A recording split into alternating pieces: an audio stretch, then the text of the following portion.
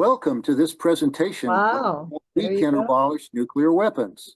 It's Woo! called Warheads to Windmills, following the lead of a wonderful recently published study. My name is Peter Bergel. In the mid-1980s, I was one of the founders of the American Peace Test, which brought tens of thousands to the Nevada test site over a number of years in a campaign to halt the testing of nuclear weapons. Explosive nuclear weapons testing did end when Congress stopped funding it in 1992. This is a picture of the cover of Warheads to Windmills. It's a study conducted by Tim Wallace and Vicki Elson of Nuclear Ban US, the results of which will be explained in this presentation. In the last slide, you will see how to access it. Oh. Our survival as a planet depends on drastically curbing greenhouse gas emissions. But it also depends on completely eliminating the danger of nuclear weapons. By fortunate coincidence, the resources currently being wasted on nuclear weapons are just about what we need to address the climate crisis. We all know the threat posed by climate change, but nuclear weapons are the other current existential threat to life on Earth. What sense would it make to save the world from global warming only to see it blown up by accident or insane design? The possible use of nuclear weapons is also a climate issue. Soot blasted into the upper atmosphere by a full-scale nuclear exchange would lower global temperatures by up to 7 degrees centigrade. Now, with climate change, we know that we want to keep global warming to 1.5 degrees centigrade, 2 at the very most. Imagine what 7 degrees the other way would mean. Among other disasters, the collapse of agriculture as we know it today, leading to widespread famine and death of our species and most others. Now, let's look at what we have to do to hold global warming to 1.5 degrees. This is where we are now in terms of total greenhouse gas emissions. And we want to be at net zero by 2050. That means that we have to accomplish about half of the drop in the next 10 years. How much will that cost? That is, how much would a Green New Deal cost? If we do all these things, it will cost us about $3 trillion over the next 10 years. That's a staggering sum, and as you know, we're already strapped in many areas, but if we look at what our government is proposing to spend on nuclear weapons over the next 30 years, it comes to even more than that. Now, we can't not continue to spend on nuclear cleanup. So when we subtract that amount, you can see that we are just a bit above our Green New Deal cost estimate. Therefore, if we decide not to build new nuclear weapons and begin zeroing out our current arsenal, we can just about pay for a Green New Deal from the savings. That's wonderful. A global twofer, saving us from both the leading existential threats to our planet. But wait, there's more. It gets even better. A Green New Deal will require a lot of technical innovations, such as these.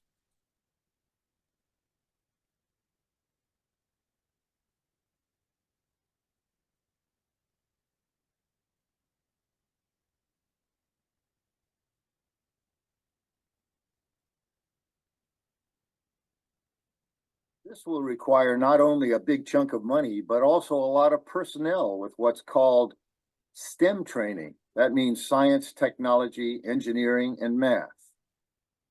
Where do you think we can find them?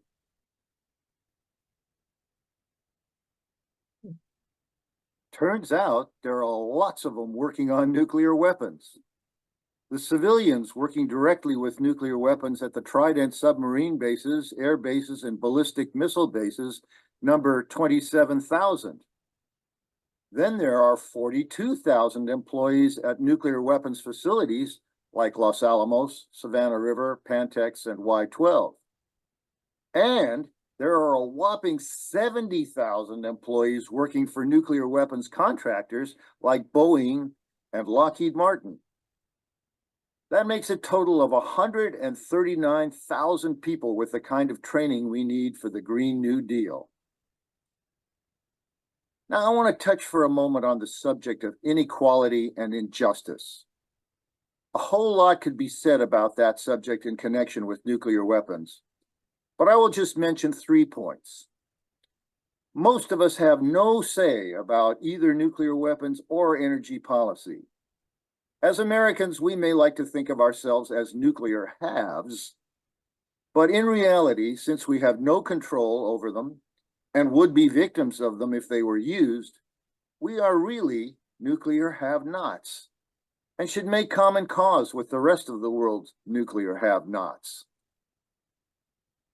Of course, both the poor and people of color are affected more than the rest of us by nuclear weapons. And both enrich the already rich at the expense of everyone else. So here are the conclusions we can draw from what I have said so far. Nuclear weapons must be stopped for the same reasons that climate change must be stopped. That is because they pose a threat to all life on Earth.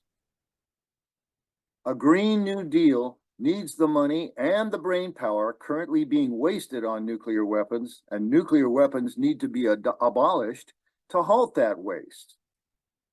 Therefore, combining the efforts to address climate change and nuclear weapons makes a lot of sense. So what the world needs now is a movement in the United States to abolish nuclear weapons that's as strong and determined as the movement to transition from fossil fuels to renewable energy sources. There are some criteria that movement needs to fulfill, such as it has to be able to draw broad participation. We have shown twice before, in the 1950s and also in the 1980s, that this issue can do that. The issue has to be straightforward and easy for people to understand. That's why I like the simplicity of abolition. Everyone over the age of 2 understands what no means. As we have learned so often in the past, successful movements must include both education and action components. This time around, we won't be able to depend primarily on fear to draw people into that movement. It worked before, but now there are so many things that scare people that I believe their threshold for dread may have been exceeded, and we may have to find other ways to attract them. It is always essential to work with other survival and justice movements if we want to increase our chances for success. That brings me to the proposal I want to offer you today. There are 3 parts to it. First, pledge to read Warheads to Windmills. It's available both as a physical booklet and online as a free PDF. The URL for the PDF is coming up at the end of the presentation in just a few moments. Once you have read Warheads to Windmills, form a study group to discuss and share ideas about it. Call together your friends and associates to join your study group. Then, turn your study group into an action cell to tackle one of a menu of possible actions or develop an action of your own. For our movement to succeed, we will need to do all these things and more.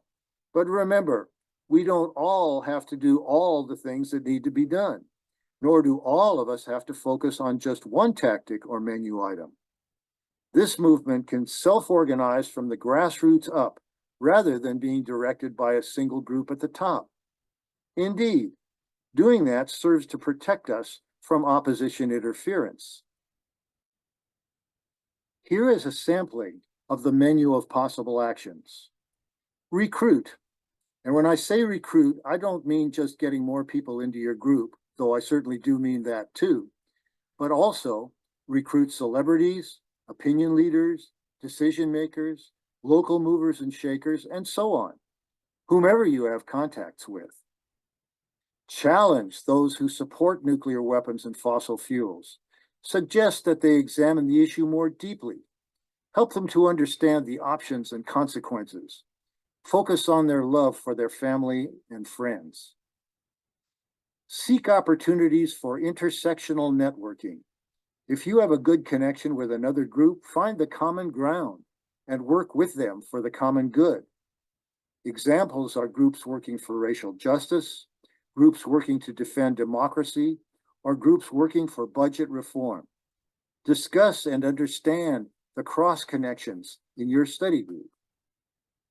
Undermine nuclear weapon profitability. Find ways to deprive the nuclear weapons complex of money. Boycotts, divesting investment funds from churches, unions, and cities, and weakening public support for government funding are all examples of this. By the way, there is more information about divesting available online and from Code Pink and World Beyond War. Lobby at local, state, and national levels. This is always an important part of what we do, though it should never be all of what we do. A number of cities and a few states have now passed back from the brink resolutions calling for an end to nuclear weapons. Maybe you want to do that in your city or state. Undermine the pillars of support.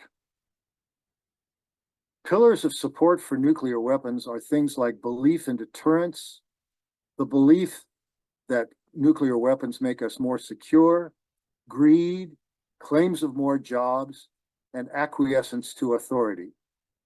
Brainstorm more pillars in your discussion group and ask yourselves how you can undermine one or more of the pillars you identify. Isolate nuclear weapons manufacturers. Shame them for threatening us all. Consider whether treason is a suitable word to apply to them. Harass their boards of directors. Promote disinvestment in the nuclear weapons industry. Create and use needed resources, especially videos. Short 3 to 5 minute videos are very popular and effective organizing tools and can be easily disseminated through social media. Learn what others are doing in other states, other communities, and other organizations, and copy or adapt what has worked for them. Work to improve relations with Russia and China so that we can resolve these problems jointly. When we have built the movement we need in this country, we will have to work with other nuclear nations to abolish these weapons. So establishing better relations now can begin to build international trust and set the stage for that. And of course, support candidates at all government levels who care about survival by volunteering and donating. And now I have a question for you. Did I capture your attention? If I did, would you be willing to read Warheads to Windmills? And if you would you be willing to organize or attend a discussion about Warheads to Windmills after you've read it? And do you think you would be willing to integrate work to convert from nuclear weapons to a Green New Deal into what you're currently doing? In a moment, I will show you where you can find more detailed information and a more detailed version of this proposal to help you do that. Thank you so much for your time and consideration today. And here are the links to Warheads to Windmills and the draft strategy I just mentioned. If you're seeing this presentation on your computer, just click on the links. If you're watching it in an environment where you can't just click, you may want to take a photo of the screen with your phone so that you can visit these links later. Thank you once again for your attention.